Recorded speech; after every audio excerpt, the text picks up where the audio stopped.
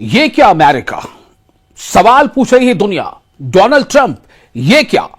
एक तरफ पूरा ईरान, और न सिर्फ ये कि पूरा ईरान, बल्कि ईरान से सहमति रखने वाला, ईरान से हमदर्दी रखने वाला देश का ही नहीं बल्कि दुनिया का कई हिस्सा, कई लोग, हजारों लोग, लाखों लोग अभी इस गम से दो चार हैं कि अपने रहबरे आला अली खामनेई को उन्हें सुपुर्द खाक करना है। उनका आखिरी रस्मात जो है वो लगातार अपने सिलसिलेवार आगे बढ़ रहा है। कई जगहों पर जो जुलूस जनाजा निकल रहा है, ईरान में भी कई शहरों में वो जुलूस निकाला गया, फिर इराक में चाहे वो नजफ हो, करबला हो। लेकिन इसी बीच अमेरिका से इतना भी सब्र नहीं हो पाया कि ईरान ने हमला कर दिया, ईरान पर हमला कर दिया अमेरिका ने। लोग ये सवाल पूछ रहे हैं, अमेरिका और ईरान के बीच तो एमओयू हुआ था, मेमोरेंडम ऑफ अंडरस्टैंडिंग पर दस्तखत हुए थे, समझौते हुए थे, फिर आखिर ऐसी क्या नौबत आ गई? क्या यह सही वक्त था? क्या अमेरिका इस मौके के इंतजार में था कि जब हजारों करोड़ों लोग, लाखों लोग, करोड़ों लोग जब गम मना रहे होंगे, उनके दिल गम से निढाल होंगे, उनकी आंखों में आंसू होगा, वो अपने रहबरे आला की आखिरी दीदार करना चाहते होंगे क्योंकि उन्हें तदफीन से पहले एक मौका मिलेगा। क्या इस मौके के इंतजार में था अमेरिका कि ठीक इसी मौके पर ईरान पर हमला किया जाएगा? ईरान और अमेरिका तनाव फिर बढ़ गया। हमलों के बाद सीज फायर अब है या नहीं? जाहिर सी बात है, सीज फायर खत्म हो चुका है, जैसा डोनाल्ड ट्रंप का कहना है।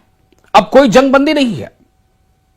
अली खामनेई की आखिरी रस्मात के बीच अमेरिका ने हमला कर दिया ईरान पर, और सियासत भी इसको लेकर तेज हो गई। ईरान ने पलटवार हालांकि किया है, ईरान ने इस वक्त भी पलटवार किया है और ईरान ने अमेरिका के हमले का जवाब दिया है। अमेरिका की कार्रवाई और आगे का खतरा, कई ऐसी चीजें हैं जो दो चीजें आपको दिखाती हैं। आप देखें, एक तरफ यह नजारा क्या है, यह उन हमलों का नजारा है जबकि न सिर्फ ईरान बल्कि ईरान के साथ साथ इराक में भी हजारों लाखों लोग सड़कों पर हैं और उस जुलूस जनाजा में शामिल हैं जो उनके रहबरे आला मरहूम अली खामनेई का जनाजा है और उनके अजीज व गालिब का जनाजा है। यानी गम मनाने के इस दौर में भी अमेरिका को लगता है कि शायद यही सही मौका है ईरान को दबाव में लेने का, ईरान पर हमले करने का। आप देख रहे हैं न्यूज़ 18 का सोशल मीडिया प्लेटफॉर्म, मैं हूं विशाल आजम। ईरान और अमेरिका के बीच तनाव एक बार फिर अपने सबसे गंभीर दौर में पहुंच गया है। एक तरफ ईरान में सुप्रीम लीडर अली खामनेई की आखिरी रस्मात अदा हो रही हैं, उसका सिलसिला जारी है। ईरान के कई शहरों में जुलूस जनाजा निकला, उनके चाहने वालों ने, ईरान की आवाम ने और कई दूसरे मुल्कों से आए हुए लोगों ने ईरान में उनके आखिरी दीदार किया।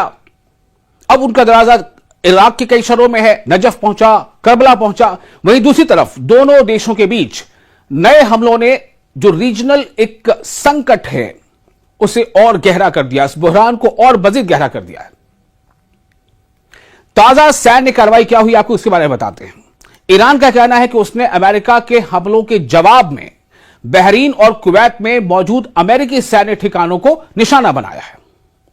ईरानी रिवॉल्यूशनरी गार्ड कॉर्प्स यानी IRGC ने दावा किया है कि उसने कई अमेरिकी सैन्य ठिकानों पर मिसाइल और ड्रोन हमले किए। बहरीन और कुवैत ने कहा कि उनके एयर डिफेंस सिस्टम सक्रिय हैं और सुरक्षा उपाय बढ़ाए गए हैं। लेकिन सवाल यह है कि क्या ईरान ऐसा करना चाहता था? क्या ईरान ऐन ऐसे मौके पर जब उसके रहबरे आला रहे आयतुल्लाह खामनेई के जुलूस जनाजा में हजारों लाखों लोग सड़कों पर है, आखिरी रस्मात की अदायगी जल्द होनी है, क्या ऐसे में ईरान चाहता था कि वो अमेरिकी सैन्य अड्डों पर हमले करे? कतई नहीं चाहता था। तो क्या ऐसा क्यों हुआ? जो रिपोर्ट्स बता रही हैं, जो ईरान का दावा है कि अमेरिका ने दरअसल लोगों का ध्यान इस तरफ से हटाने के लिए, जिस तरफ से पूरी दुनिया की नजरें अली खामनेई के इस प्रोसेशन जुलूस जो जुलूस निकला हुआ है, फिनरल प्रोसेशन निकला है, इसको लेकर के जितनी ज्यादा वहां पर लोगों का एक ध्यान खिंचा हुआ था, लोगों के मीडिया, अब पूरी दुनिया की मीडिया का ध्यान खिंचा हुआ था। तकरीबन 3000 के आसपास सहाफी यानी जर्नलिस्ट वहां इस पूरे इवेंट को कवर कर रहे थे। कई मुल्कों के जर्नलिस्ट वहां पहुंचे हुए हैं ईरान। ऐसे में अमेरिका ने ध्यान भटकाने के लिए और अपनी जो पोशीदा, जो उसकी हिकमत अमली है, जो बिगॉटरी है, कहना कुछ करना कुछ, उसके तहत उसने ईरान पर हमले कर दिए। क्या अमेरिका के जो लीडर हैं, क्या उन्हें उनकी आंखों को यह भा नहीं रहा था कि एक ऐसा लीडर जिसके मरने के बाद भी इतने चाहने वाले, उनके इतने बड़े हमदर्द कि जान की परवाह किए बगैर सड़कों पर निकल आए, लाखों की तादाद में, कुछ रिपोर्ट्स में तो इनकी तादाद करोड़ों में बताई गई है।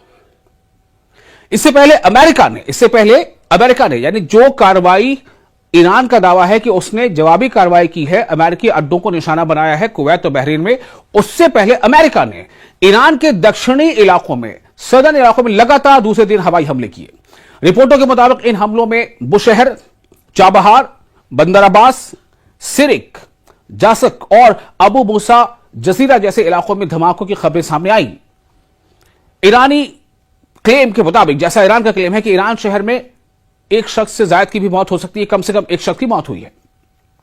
अमेरिका का कहना है कि इन हमलों का मकसद ईरान की सैन्य क्षमता को कमजोर करना और स्ट्रेट ऑफ हुर्मुज यानी जो जल डब्रू मध्य, जिसे हम आबनाए हुर्मुज भी कहते हैं, उनमें जहाजों की सुरक्षा को सुनिश्चित करना है। सवाल यह है कि एमओयू के तहत ये चीजें ये करार पा गई थी, ईरान ने यह जिम्मेदारी ली थी, फिर अमेरिका को क्या सूझी?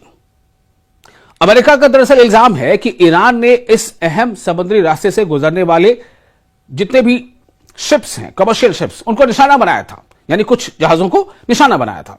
लेकिन ईरान का कहना है कि अमेरिका ने पहले हमला किया और उसकी कार्रवाई आत्मरक्षा में है, सेल्फ डिफेंस में है। तेहरान का इल्जाम है कि अमेरिकी हमले उसकी सॉवरेनिटी के खिलाफ है, संप्रभुता के खिलाफ है। अब इस पूरे संकट में अली खामनेई की जो आखिरी रस्मात का जो सिलसिला चल रहा है, जुलूस जनाजा शहर दर शहर वहां से गुजर रहा है, ईरान के अलग अलग शहर से होता हुआ वो करबला भी पहुंचा, नजफ पहले पहुंचा, फिर करबला पहुंचा, फिर उनकी आखिरी जो उनकी तदफीन होनी है वो उनके अपने आबाई शहर मशहद में होनी है। इन सब के बीच अमेरिका हमले करता है। क्या ऐसे में अमेरिका अपनी बहादुरी साबित करना चाहता है? लोग सवाल पूछ रहे हैं।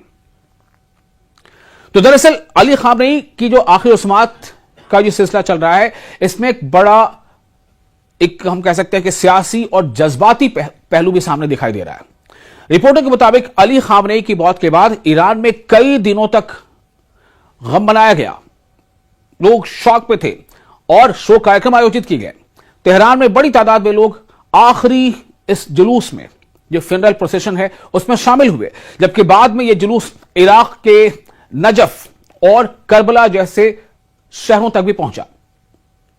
ईरान के हिमायतियों ने इन रसूमात को नेशनल यूनिटी और रेजिस्टेंस के पैगाम के तौर पर पेश किया।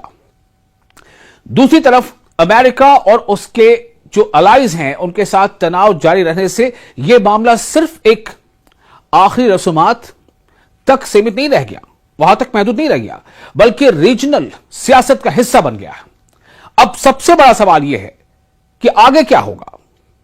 माहिरीन का कहना है कि इस संघर्ष का असर सिर्फ ईरान और अमेरिका तक महदूद नहीं रहेगा। स्ट्रेट ऑफ हॉर्मुज दुनिया के लिए बहुत खास एक समुद्री रास्ता है। अगर यहां तनाव लंबे वक्त तक जारी रहता है तो तेल की कीमतें, आलमी जो तेल की मंडी है और पूरे मिडिल ईस्ट की सुरक्षा पर असर पड़ सकता है। एक तरफ अमेरिका कह रहा है कि वो अपनी सुरक्षा और रीजनल जो इंटरेस्ट है उसकी रक्षा के लिए कार्रवाई कर रहा है। दूसरी तरफ ईरान का कहना है कि वो अपनी जमीन और हुकूक की, जो उसका अपना हक है, वो उसका तहफ्फुज कर रहा है, उसकी हिफाजत कर रहा है।